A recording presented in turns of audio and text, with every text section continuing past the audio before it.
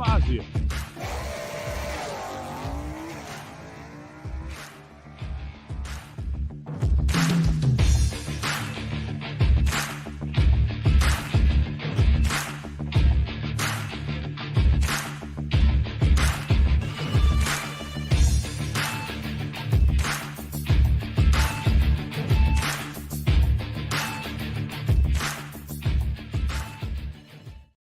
Hello and welcome to Driver Interviews with Bobby Fazio. I am Bobby Fazio, and it's Tuesday. It's the Tuesday Tell-All. Tuesday Tell-All has moved from noon Eastern Time to 9 p.m. Eastern Time. I'm a little bit late. It's 9:10 Eastern Time, p.m. All right. Sorry about that. Work held me up a little bit. I'm still trying to set my office up here, and I'm still trying to get things going. I'm finally in this house, and I'm starting to feel a sense of normalcy again, believe it or not. So thank you all for joining me, and let's get to it. All right, so driverinterviews.com is the website. You know the deal. Go to driverinterviews.com. The big red YouTube logo will hit you in the face. Hit the subscribe button. Like these videos. Share them with a million of your closest friends. You know the deal. Watch the commercials. Click on all of them. I get a penny once in a while when you do that. You know, you want to support the show, right? So there you go. There's your chance to do it. You can also purchase shirts, stickers, hats, sponsor the show, whatever you want to do on driverinterviews.com. Check me out on Facebook and Instagram at Driver Interviews is the handle. Use hashtag #TheCarShow. I see people using it on Instagram. It makes me happy. I'm excited. And keep it up. That's our hashtag. We're taking it over. We're doing a takeover, right? Lupe Tortilla. Thank you, Lupe Tortilla, for sponsoring the show this year. Texmex.com. Anybody that was in Houston this weekend racing at the final divisional there, I hope you got to see the Lupe Tortilla team. One of them actually won Stock Eliminator, so I know they were definitely present at that race. So thank you, Lupe Tortilla, for your support. Draginsights.com. Go to draginsights.com, sign up for a free membership. Right now, you can actually, as a free member, get a couple of the premium member privileges. You can spy on opponents there for a limited time. And then you can sign up for premium. It's $50 for the year. Check it out. And it pays contingency also when you're a premium member, right? So if you win, you get a free year. If you run up, you get a free 6 months. Brad Burton's a premium member. I don't think that dude's going to pay for Drag Insights till like 2026 right now, with all the wins he's had since he's been a premium. So way to go, Brad Burton. Rob Youngblood, advancedclutches.com. Thanks, Rob Youngblood, for your support. Go to advancedclutches.com if you're a stick shift racer or a cool racer. Check it out, advancedclutches.com. He can help you out. Don Kennedy, Race Car Insurance, 602-284-6240. Don Kennedy can get your race ride insured. Call him up or send him an email. Policies beginning at $180 per year. How can you not? CP Carrillo Pistons, Nick at cpcarrillo.com. Tell him Bobby Fazio sent you, and same with Total Seal Piston Rings. Everybody's getting thin ring packages, putting spacers in their stockers. Total Seal is the place to go, right? Contact Lake at totalseal.com. Tell him Bobby Fazio sent you. All right, who's out there? Walt Walker's out there. What's going on, Walt? I bet you had a good time in Houston this weekend. Tom Gent's out there. How you doing, Tom? Thanks for watching. Cindy Witkowski Merrill. Okay. That's my wife there who commented that. And I guess she's tagging somebody or trying to point somebody in this direction. But hello, wife. My wife's supposed to be at work right now, and she's watching. So that's pretty supportive of her. I like that. Okay. So we got a couple birthdays that we want to give a shout out to. We had Pete Lanciers, who's probably in line at Pomona right now, or in the stacking line already. His birthday was March 20th. By the way, I'm getting all these on the homepage of Drag Insights. If you go on draginsights.com and click home, there's a master racing calendar. And on that calendar, there's birthdays, too, from members. Floyd Russo, happy birthday yesterday, March 27th. And Lenny Lodig, Factory Showdown standout. Lenny Lodig, today's his birthday, March 28th. So we had Pete Lanciers on March 20th, 8 days ago. I missed him last week, so I'm getting caught up on him. He's a loyal listener. Floyd Russo yesterday, Lenny Lodig today. Happy birthday, gentlemen. Hello from Minnesota. Well, hello, Mr. PF Flyer. PF Flyers, aren't they in the Sandlot? Isn't that what Benny the Jet Rodriguez uses to run away from the dog? I think so. All right. Thanks for joining us. Okay, it was a bittersweet weekend. We had an event in Phoenix, national event, packed house in Phoenix, Chandler, Arizona, but we call it Phoenix. And I was watching it on the NHRA.TV. I was happy to see a huge crowd there. It was a Friday, Saturday, Sunday event. And I was very happy that they did qualifying on Friday, first and second round on Saturday, and then like 4 rounds on Sunday. In front of the crowd, they finished the finals of sportsman categories in front of the pros, before the pros, which was great because they got to stand in front of the crowd and get interviewed. And that's a great feeling, and that helps us out. It gets more eyes on us. So thank you, NHRA, for doing that. Okay. Let's see. Let's go through the finals here. Stock Eliminator, Jody Lang. You all heard his name before. Jody Lang has got a 1981 Malibu station wagon, right? L stock automatic. And he was in the final against Tony DeFrank, who I don't see Tony DeFrank race a whole lot anymore, not as much as I used to when I was younger. His brother Jimmy DeFrank usually does all the racing. But check out this final round. Jody Lang dials 1199. He's 014 on the tree, runs a 1212. With a 5, shutting it off, going 94 miles an hour because Tony DeFrank, who's got a 2012 Camaro in factory stock B, cuts a 005 light, blows the tires off in the final. Sad. 005 light. And he dialed 923. He didn't run it out. So Jody Lang coasted to victory. Congrats, Jody Lang, on yet another win in Stock Eliminator at a national event in a difficult car, a wagon, a slow wagon. You guys know how hard it is to dial something like that. Wind changes. The more time you spend on the track, the less consistent a car is going to be, in my opinion. It takes real skill and talent to do what Jody Lang does. Congrats, Jody Lang. That was Stock Eliminator. Super Stock. Well, hello, Steven Johnson. How are you? All right. Super Stock. Kyle Rizzoli and Brad Burton. Okay, Kyle Rizzoli is driving Tom Gaynor's 2008 Cobalt in GTC automatic, all right?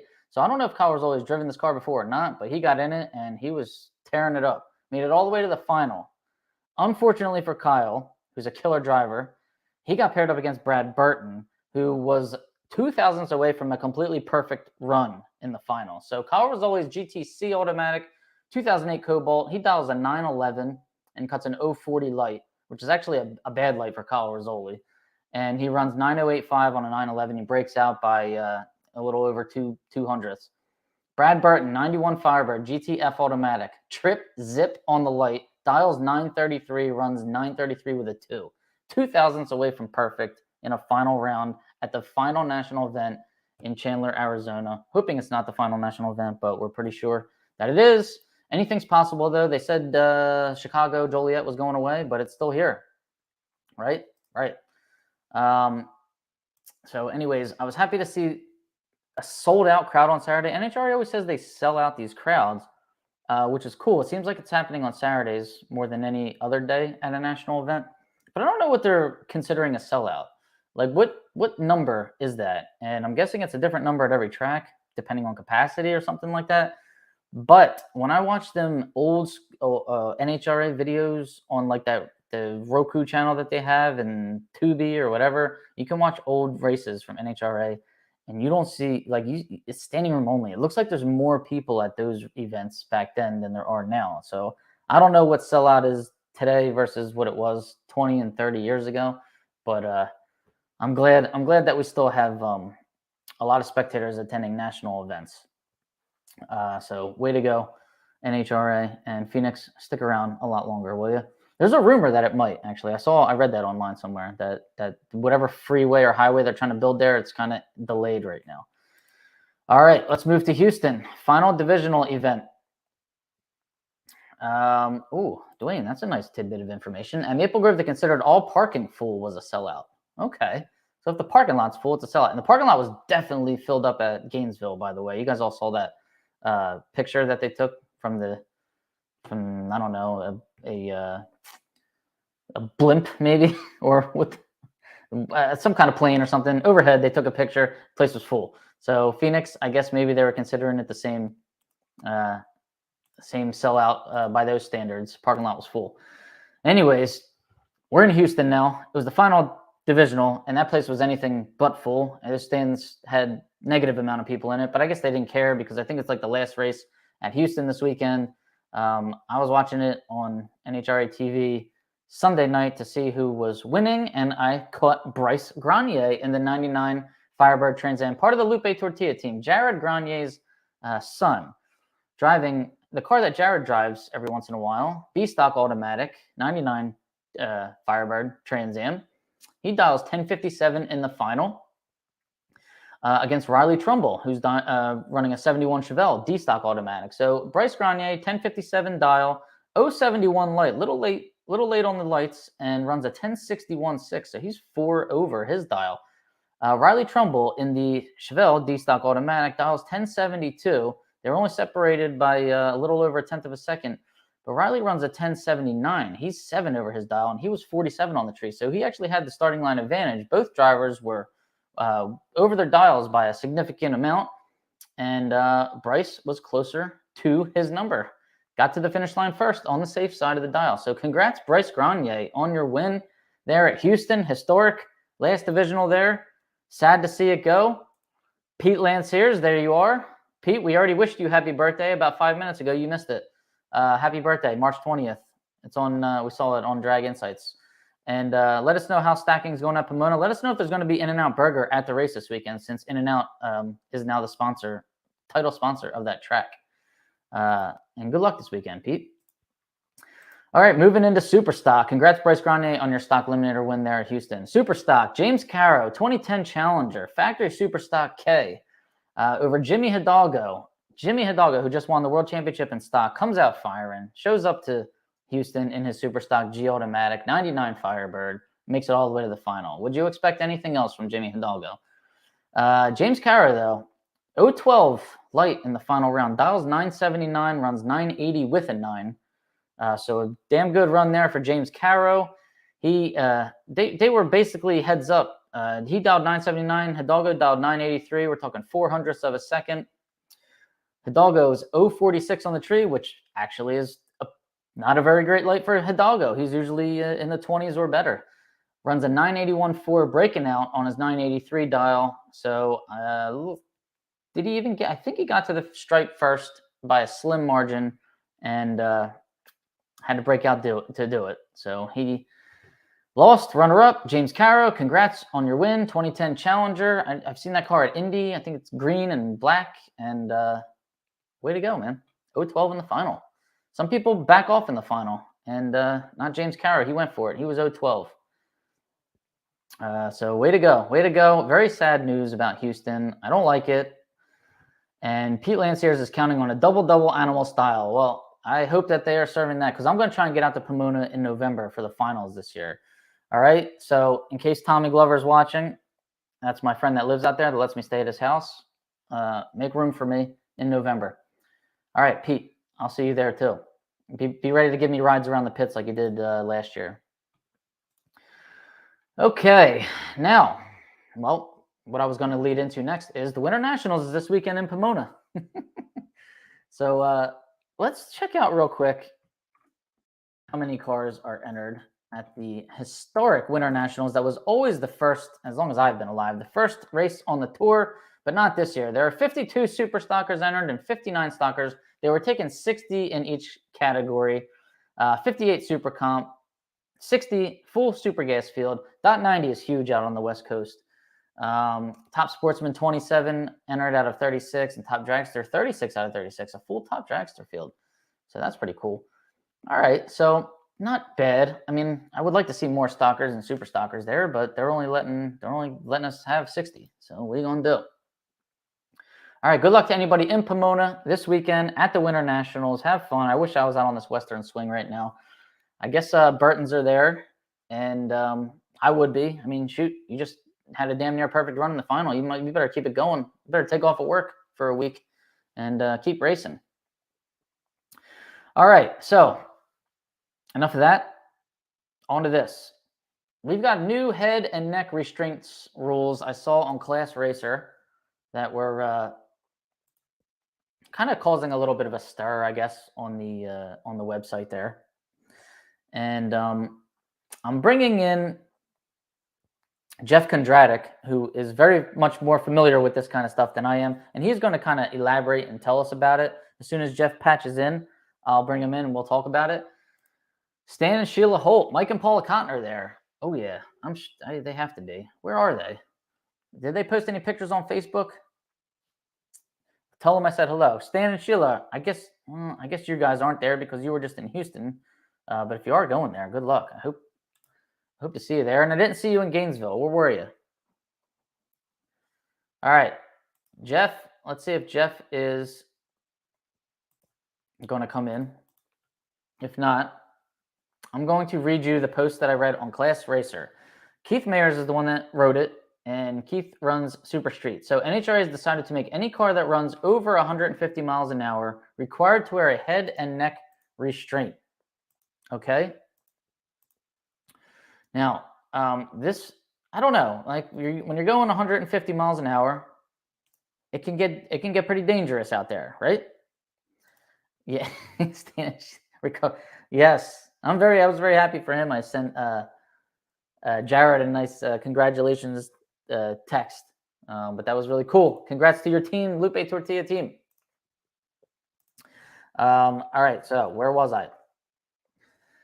Geez, 150 miles an hour. If you go 150 miles an hour, they want you to wear a head and neck restraint. I don't drive anything that goes 150 miles an hour. The quickest I've gone, I think, was in Paul Gunther's car last year, and I was in like the 140 range, so I was getting really close to it, teetering on the 150. I had to have the window net and stuff like that, but you know me, the fastest I've gone up to that point was like 125 in my super stock car. So we think that by the wording, it means all bracket racing, all classes, stock, super street, super gas, all the .90s. Now, according to Keith Mayers, I'm just going to read his post. Safety is one thing, but this has gotten out of hand. Another product that is quite expensive and needs recertification. We already have neck collars mandatory. I don't see the huge loss of life that made this necessary. Maybe better track prep would be the answer, not mandatory regulations. So people are going back and forth on Class Racer about that. And I don't know. I don't know what to think. I'm all for safety and all. I don't really have a dog in the fight because I don't go that fast. But there's been a lot. Like, has anybody else seen like an uptick in accidents down near the finish line lately? I don't know if it's due to like. There's been a couple wrecks lately, and is it due to like is it excessive braking down at the finish line? It's just cars are just going faster. I mean, we have an evolution of technology right now. Performance is going to get better. You would think safety would keep getting better too, though. But I don't know. I think that I'm just going to have Jeff Kondratic come in here, and maybe he can give us his take on it. If he's there, Jeff, are you there? Hey, I don't know what's going on. Hey, Jeff, you there? He was there. All right. When Jeff comes back in, I'm going to try again. Hey, Jeff, can you hear us? I can hear you. Can you hear me? I can hear you. Yes. Okay. Jeff, let's we can't see you. Okay. If you want to start your video, feel free. If not, that's okay. Well, I guess maybe we can just get started. If we don't have video, I don't think that's a big of a deal.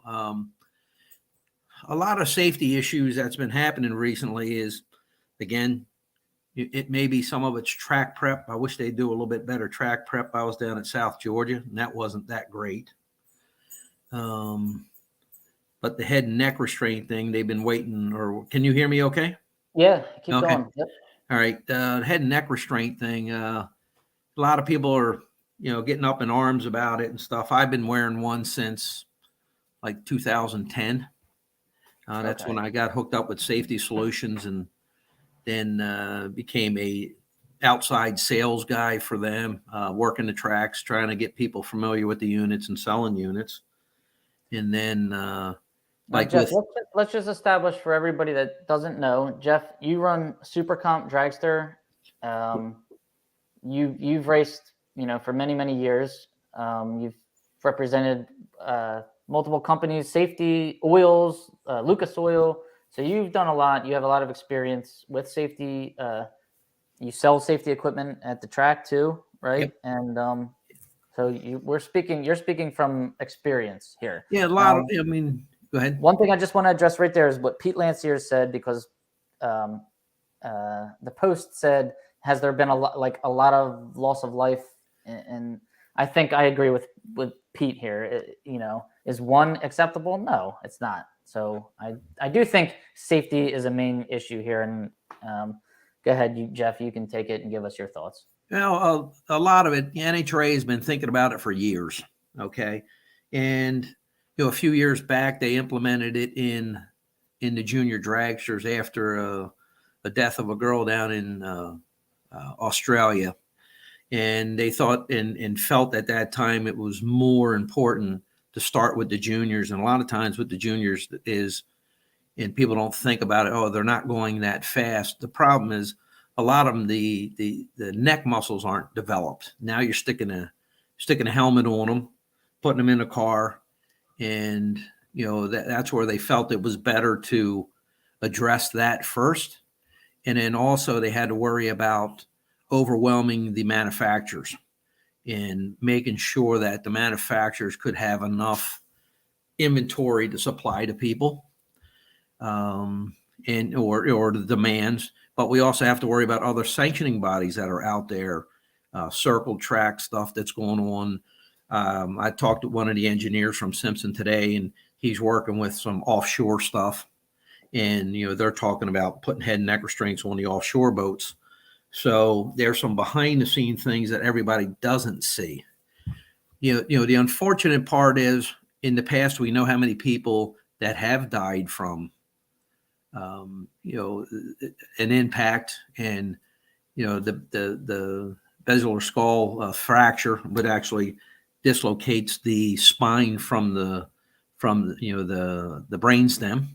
Oh, So, now they're looking at it, and, I talked to NHRA a couple of years ago about, when do you think it's going to come down to, the sportsman classes and stuff like that. And they were trying to give it some time to get through the juniors and then start implementing it into some of the other classes.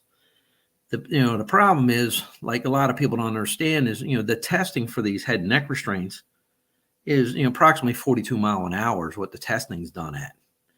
So now, I mean, that kind of wakes people up a little bit. Everybody's saying they're not going fast enough.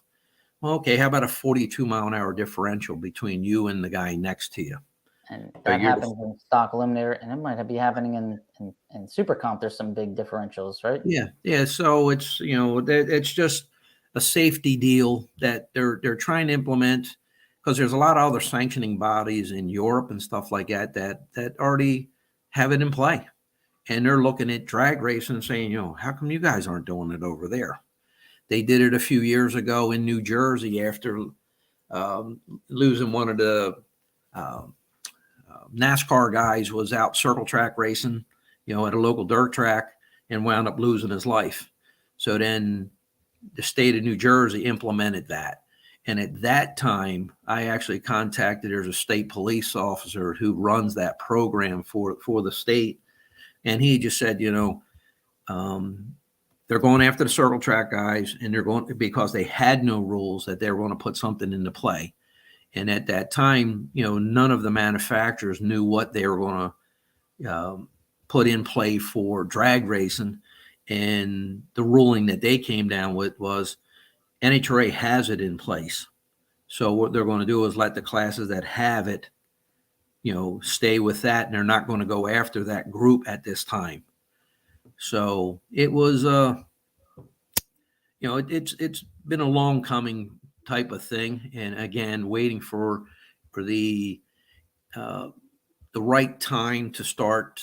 There's a lot of manufacturers now in the head and neck restraint industry. There's multiple brands that are available. The main thing that I'd like to see and educate people on is it is a system. You're going to put a head and neck restraint on, and it needs to work with your seatbelt system. And that's something that's very important, is the device isn't going to work for you if you have loose seatbelts. So that's something that, I'd like to see people, address a little bit better. And then also seatbelt locations, things like that. There's a lot of cars that I work with, besides head and neck restraints, I do poured seats, I do head surrounds. There's a lot of different things that I get into. So, trying to, meet with a customer and educate them on seatbelt locations, making sure you don't move. That's another critical thing is if you don't move, you usually don't get hurt. When you see people, when West Leopold crashed down at South Georgia, I had an opportunity to talk to, Wes when he got back and was loading up his car and stuff like that, and his shoulder was beat up pretty bad. But I got to witness the accident because I was sitting down at the scales when it kept sliding through and barrel rolled multiple times. I lost count how many times it was, but it was, upwards of 6 or more. And it was like, in that type of deal, you really want to make sure your stuff's in good condition, that things are in the right locations. Don't get a false security that, hey, I got something on, and it's not right. Now, in comp eliminator, that's mandatory. This was already mandatory, I believe. Yeah, this year comp was only a few classes last year. This year was mandated that all the classes of comp had to have it, and after a week goes by, now NHRA brings this rule in over the weekend, and I think that's some of they've been talking about it, and then there was what was the final decision, what made the final decision, and it could have been what happened there. We had, I don't know how many, 3 or 4 crashes down at South Georgia. And again, everybody walked away from what they had. Some of them weren't as bad as others, but now might be the time to say, hey, and most people are afraid to put something on because I won't be able to look around. Well, that's right. I mean, loose seatbelts are common in the classes that we run. People want to see. This is bracket racing. You got to see where the other driver is. But there's some stuff that we can do and things that I've been working with the Simpson and Hans brands for multiple years. I just looked up my records. It started back in late 2010, early 2011. I started working with Safety Solutions before Simpson ever bought them up. And my huge deal was we're going to be able to see with these things. We're going to be able to move our heads. And I remember in the early days, I sketched up I had somebody approach me at one of the PRI shows, and I said, hey, you're going to have a hard sell selling it to sportsman guys and not be able to move. And at that time, a lot of them were fixed units where your head didn't move at all from side to side. And I sketched up a piece and gave it to one of the guys. And, little did I know that the person that he handed to, him and I would wind up becoming good friends. And realizing, hey, sportsman guys are a whole different breed. They want to be able to turn around, they want to be able to look, no limitations. And I can do it. I can sit in my dragster and I can look at the back tire with my head and neck restraint on. Really? Now, do you have one of these that we could flash a picture of, or sketch, or a link that I can share with everybody so they can take a look at it? Actually, I'm not a big social media type guy. And then recently Kelly's been posting a lot of stuff for me and have her working on my program to try to get things out to people. Okay. Well, if you, we can share your contact information. We can, have people reach out to you with questions about any of this stuff that you might be able to help them with. Yeah, they can go to our, on Instagram, it's JKR Racing Products. Facebook, same thing, JKR Racing Products. And then they can always call me. My phone number's out there for everybody, and we can get them in the right direction. Okay, well, that's good. I think the part of why the base, especially a stock and super stock base, is taking it hard or is a little upset is not because they don't want to be safe. I just think there's been a slew of NHRA making rash decisions in our world without any warning, without any hey, what do you guys think of this? And I think that's why they're all getting upset, because they just don't know what's next. I mean, we've had horsepower factoring system took a real shakeup. Blinders aren't allowed to be used anymore when racing.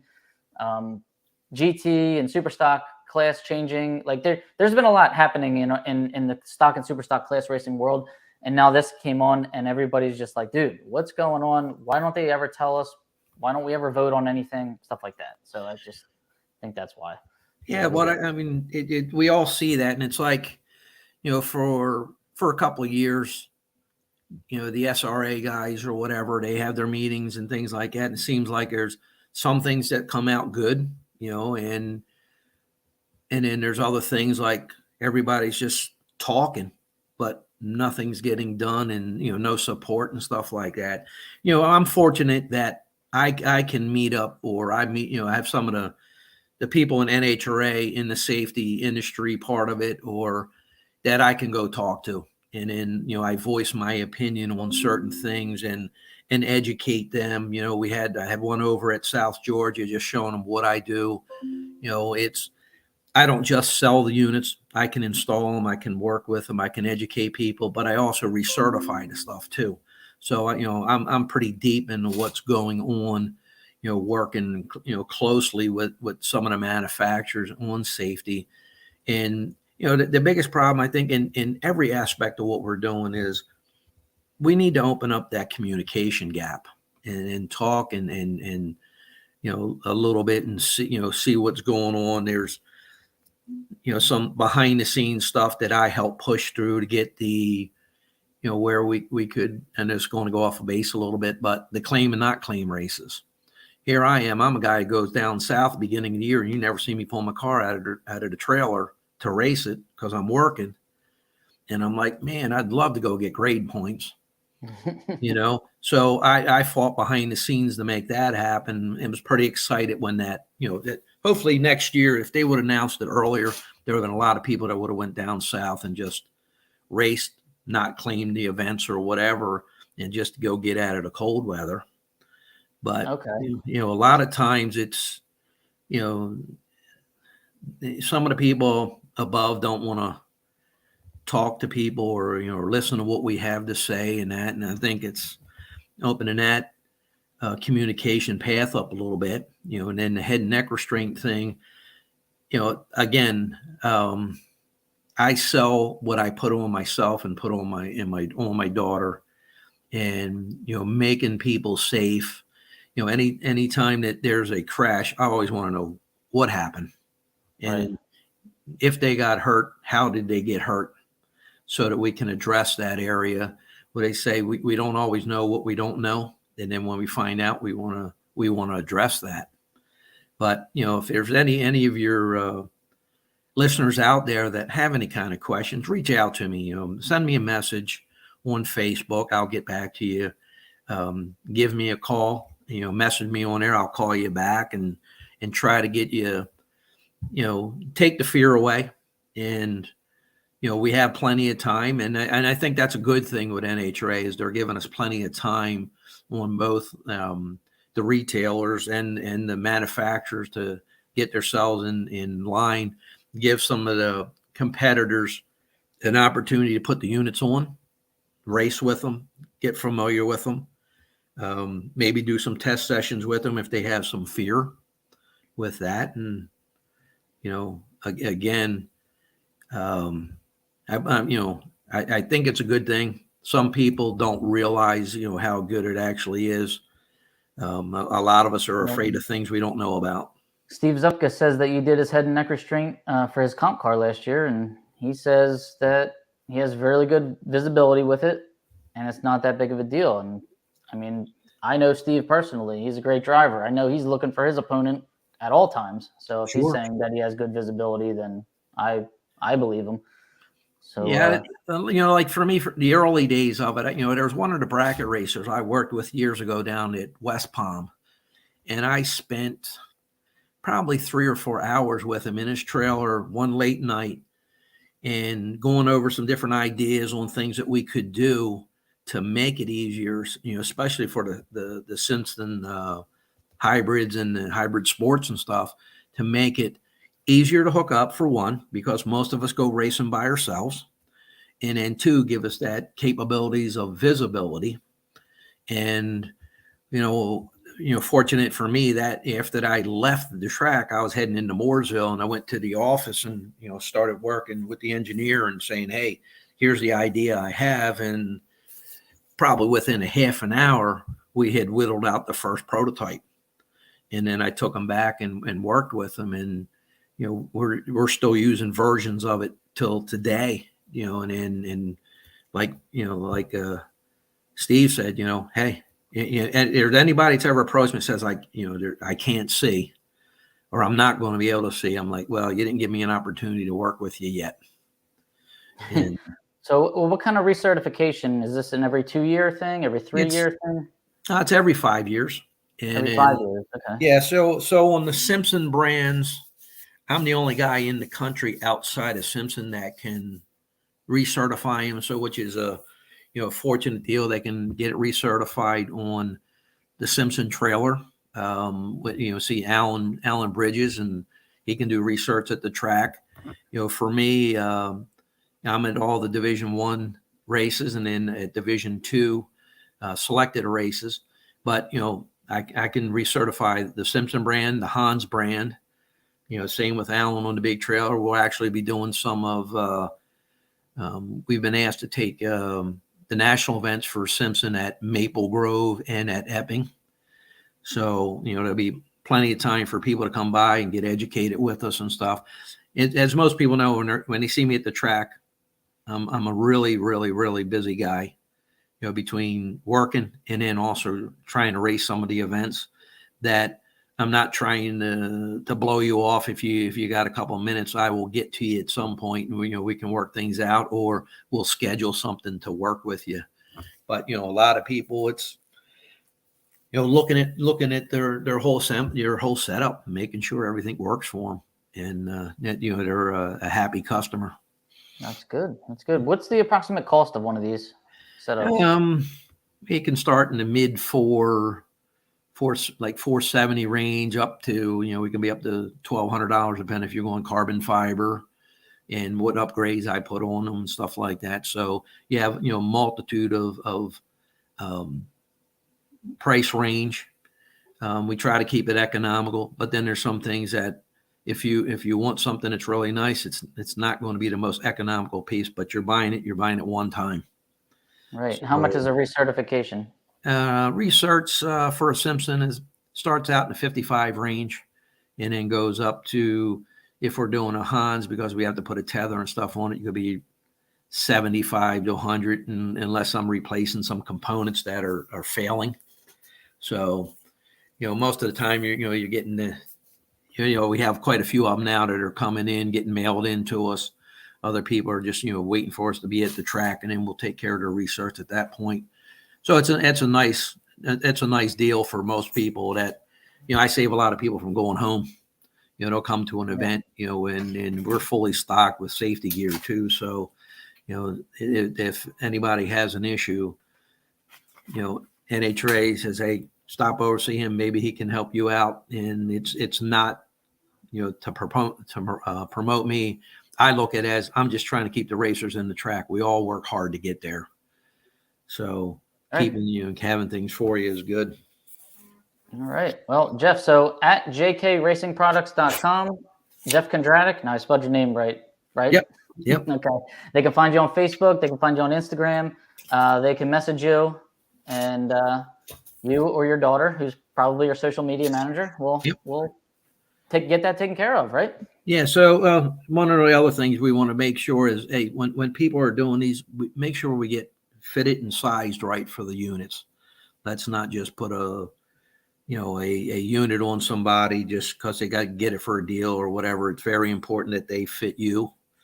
and then again fit the fit into the car correctly. So. Right. So this sounds like an in-person transaction is probably the best. Yeah, that's the best way to heal. I mean, a lot of people want to go buy stuff from the big box stores or, over the internet and stuff like that. And there's like, well, most people don't want to go buy a car on the internet. They want to go drive it and feel it and make sure things are right for them. Right. Is there any contingency involved with this? Yeah, I know on the Simpson side, we have in some class, especially now that, at the beginning of the year, Simpson was doing sportsman classes that weren't required to have units at the time. Now they are. There's like I know top dragster, top sportsmen, because they've been around for a while and needed head and neck restraints. They're not in the program, but there's other classes. If you go on that contingency program, the NHRA has, and look, you'll see what Simpson has posted, what Hans has posted, and just trying to help, benefit, to buying their units and stuff from them. But, again, if anybody has any questions, feel free to give me a call or drop me a note, and I'll answer everything as fast as I can. Do you think you can answer Tom Gent's question there quickly? Does it require a special helmet that has have provisions built into it? Now, what happened in 2015? Actually, that was part of 2015 spec, was that the 6 millimeter fastener was put in the correct location. So that's, that was part of that SA 2015 spec, and it's carried on since, which is nice, because at the early stages of it, I had to drill helmets and stuff like that. We had special areas we wanted to put them into. This just makes it very easy. All the manufacturers, doesn't matter what the brand is, that's going to be a 6 millimeter one pitch fastener that goes into that insert. So, and it's going to be in the correct or location that the manufacturers have have put into SFI for their spec. Okay. And I think we got somebody else here. How often does it have to be recertified? Every 5 years. And so 5 years is not that big of a deal. And again, 5 years. And Stephen, it's the cost for recert starts around $55. Jeff said, correct, Jeff? Yep. All right. Yeah, if you're doing it at the track, you're saving the shipping and stuff like that. And usually we can get to them, depending on what our workload is for the day, within an hour or so, up to maybe 2 or 3. And I usually put a priority on if a guy's running and he's got to get up there. A lot of the safety guys know that too. Hey, get it over there. And then, we'll actually communicate with them guys and letting them, hey, no, we got it taken care of for you. So that you don't have to go back and revisit the tech guy. Excellent. All right, Jeff. Well, we thank you for the information. Thanks for joining us. Yeah, thanks for the opportunity. Hopefully we'll get people heading in the right direction. Absolutely. Keep them safe. Protect those necks, heads, spines, brain buckets. All right. All right. Thanks, Jeff. Appreciate it. At JK Racing Products. Hit him up on Facebook and Instagram. Jeff Kondratic is his name. Find him at the track. He runs Super Comp. And is always about talking to people. All right. Thanks, Jeff. Take care, buddy. All right. So that was informative. Does not affect me yet, but I do try to take precautions that go above and beyond. Like when I ran N stock automatic, you don't even have to have a roll bar. You can run factory seats. You can run the seatbelt, the factory seatbelt. I chose not to do that because even though that was allowed for me when I was running N, I used to run N with my 5.0 back in the day when I first started. There's another car in the other lane over there that could be going 150 miles an hour. If that car smacks into me, I do not trust that setup. You can drive with a T-shirt on an N stock automatic. I wore the fire jacket, right? You take precautions to protect yourself, but you always have to remember that there could be a fast car in the other lane, and if that car loses control or if that car hits you at the finish line, you could be in a world of trouble, all right? So we got to go above and beyond, stay safe out there. And if you're going 150 miles an hour, I mean, I would think you want your head and neck and whatnot to be safe. So, but just contact Jeff if you have any more questions about that. I got a question for anybody that might possibly want.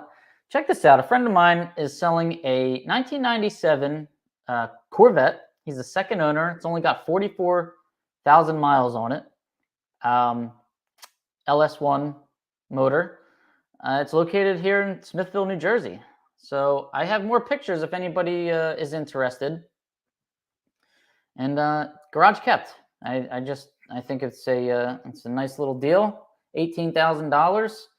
Hit me up if you're interested. I can put you in contact with this gentleman. He's a friend of my wife and I, and we admire his car, and he says he wants to get rid of it. So if anybody's interested, 97 Corvette, very low mileage, garage kept, second owner, up here in New Jersey. Send me a message, PM me, and I'll put you in contact if you want, and I can get you more pictures. Also, anybody that's interested in the car show, stock and super stock wheelies, comp eliminator, what have you, ATCO Dragway, free spectators, May 5th, 6th, and 7th. Free. If it's free, it's for me, right? Get there. Go buy a hot dog. Free spectators. I wish all the tracks would start doing this. Last year, this event was pretty crowded. The lines were wrapped around the parking lot to try and get concessions. It was cool. We were racing in front of people. Lots of people. I love it. So May 5th, 6th, and 7th, the air is always good. Everybody runs fast times. The wheelies are extra high. Remember, in stock and super stock, we get penalized for going too fast at NHRA national and divisional events. This is considered a national open. No penalties. Drivers set records at this event. You want to see some good racing in stock and super stock, this is where you need to go. ATCO is a historically fast track. Sea level, okay? For anybody that's not familiar with racing, sea level, air density is better than, high mountain air. ATCO is a fast track. It's a sea level track. The air, the barometer is always really good. Go there, May 5th to the 7th. Check it out. And then I almost forgot to mention Maple Grove Raceway Memorial Day weekend, which is a divisional event, Division 1 event, which is the division that I race in. They're doing $40 car loads on Saturday of that event. And they're going to have fireworks. They're going to have pro mods. They're going to have an entertainment spectacle that Saturday. So pack the car up, and $40. Can't beat it. And you can watch stock and super stock. Also, we'll be qualifying in the morning and then running at least first round of eliminations, probably around 2 o'clock in the afternoon, I think usually is when we do that. So there's a chance for you to check out, class racing at its finest. Let's go over some points real quick, and then we'll call it a night. Stock eliminator. I still have the top 5 here as Jeff Longany, Jeff Strickland, Jim Roberts, Dwayne Scheitlin, Justin Lamb. They're my top 5 drivers nationally in stock eliminator. Super stock. Kevin Helms, Monty Bogan Jr., Jeff Atkinson, Brad Burton, and Hugh Meeks. Okay, those are my top 5 super stock cars nationally. Brad Burton just made a move there by winning in Phoenix. He's up to number 4. All right, guys, that's it for me. Thank you for joining us. Tuesday Tell-All. I hope it's not too late for some people on the East Coast, but I'm glad the West Coast can join us. Pete Lanciers, good luck to everybody in Pomona for the Winter Nationals this weekend. I really wish I could be out there, but I can't. Carload ticketing is a great idea, Pete, isn't it? I'm excited that they're doing it. I hope that they start it early. I heard that Maple Grove may be starting that at like 3 or 4 o'clock in the afternoon. I don't want that. Maple Grove, if you're watching, Kyle Koretsky, Shane Swigert, let it start at 8 o'clock in the morning. Let them come watch class racing. Let them buy coffees and bagels at the snack stands. Then they can buy hot dogs and beers after that, all right? Get them in the door. Get them in the door. Santi Grossi, we just did an interview on him. Thanks, Santi. I'm glad you're watching. And everybody go check out Santi Grossi's interview. He's got a really nice Dodge Challenger, I think it is, or Mopar of some kind, 6-pack. And Brian Reynolds said, thank you, Scott Cat. I appreciate it. All right, everybody, thanks for watching. Take care. Have a good week. Good luck to everybody in Pomona this weekend.